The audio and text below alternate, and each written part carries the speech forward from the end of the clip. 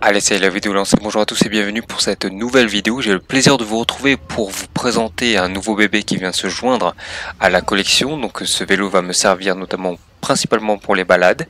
Je vous skip toute la partie déballage et je vous retrouve juste après, une fois le vélo déballé, pour vous présenter un petit peu ses caractéristiques. À tout de suite.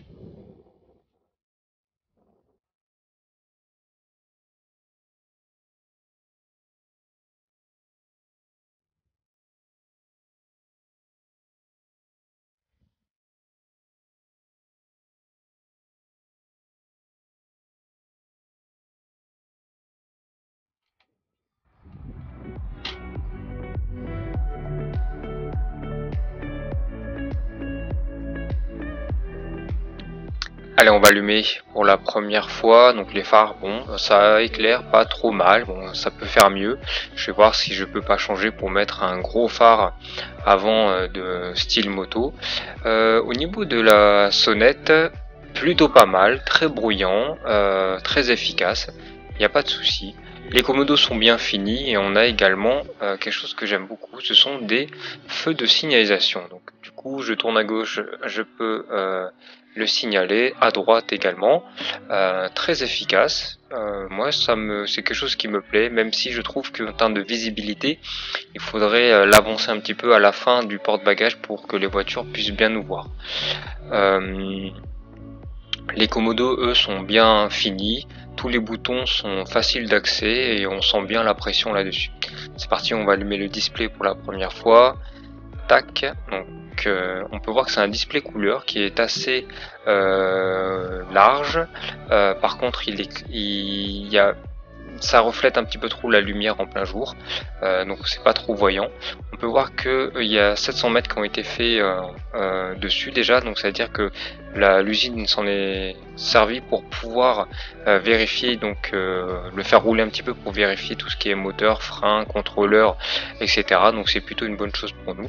On peut voir par contre que la batterie est en pourcentage et non en voltage, et j'ai bien vérifié ça n'est pas réglable malheureusement.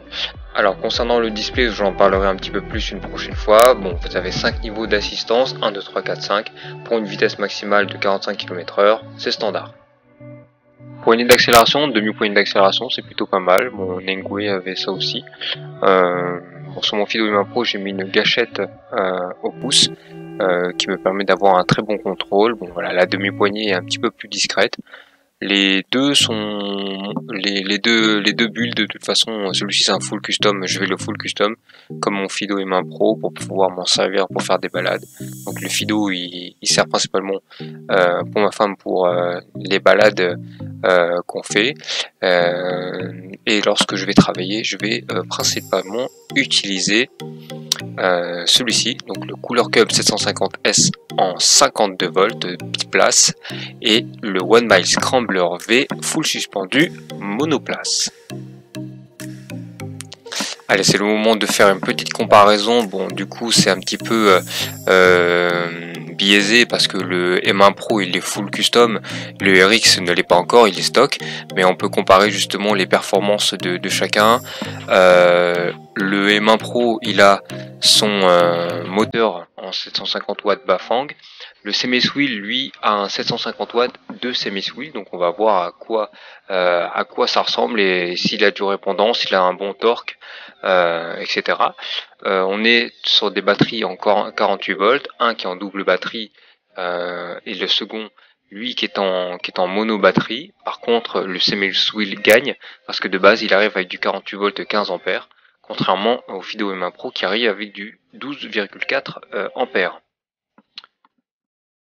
Au niveau de la suspension, bon c'est pas top, hein, elle est très rigide, elle marche pas trop bien, donc je vais la changer, je vais mettre une DNM en plus, comme sur mon Fido M1 Pro. Par contre, voilà, on peut voir qu'au niveau du cadre, ici, c'est beaucoup plus large. Donc le cadre pour accueillir la batterie est plus large que celui du Fido M1 Pro. C'est pour ça que justement cette batterie du Semiswheel est plus volumineuse et donc du coup peut accueillir une plus grosse batterie que l'autre. Vous pouvez voir ici au niveau de la selle, elle est extrêmement large, super confortable, mais très très large. Un petit peu trop large même je trouve, encore plus large que celui que j'ai mis sur mon Fido pour ma femme. Donc l'autre, celui du Semi-Squeeze est tellement large, je trouve que ça fait vraiment oversize, un petit peu démesuré. Je vais changer, je vais mettre une selle de VTT pour les balades. J'ai absolument pas besoin d'avoir une selle aussi large. En plus ça risque d'augmenter les frictions et justement les rougeurs. Un mécanique avec un pédalier monoplateau à l'avant Pro Wheel en 48T, il me semble. Mais bon, ça va disparaître avec le custom que je vais faire. On va mettre du 52T à l'avant, je pense, en monoplateau et des freins hydrauliques. Donc là, vous pouvez voir que j'avais quand même commandé des roues bâtons. C'est en tout cas c'était le modèle qui était présenté et voilà, on m'a envoyé donc des roues à rayons. Je vais quand même envoyer un mail pour savoir ce qu'il en est, savoir s'ils ont changé au niveau de la production. Allez, on se laisse avec le montage de la fourche avant en double T et pneu Kenda Crusade pour se retrouver pour une prochaine vidéo très rapidement où on part en balade avec ma femme. On fera le test de puissance, autonomie, montée dans diverses situations pour comparer les deux modèles. D'ici là, portez-vous bien et puis toujours levé.